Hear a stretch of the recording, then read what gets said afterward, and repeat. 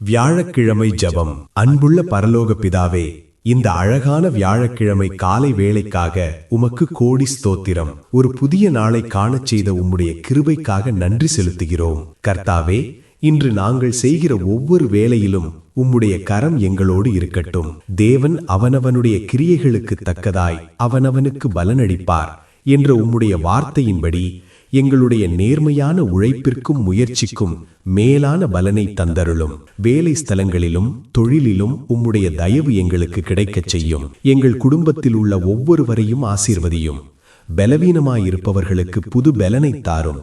வறட்சியான சூழ்நிலைகளிலும் எங்களை வழிநடத்தி நீர் பாய்ச்சப்பட்ட தோட்டத்தைப் போல எங்கள் வாழ்வை செழிக்கச் செய்யும். இன்று நாங்கள் சந்திக்கும் தடைகளை தகர்த்து வெற்றிகளை தாரும்.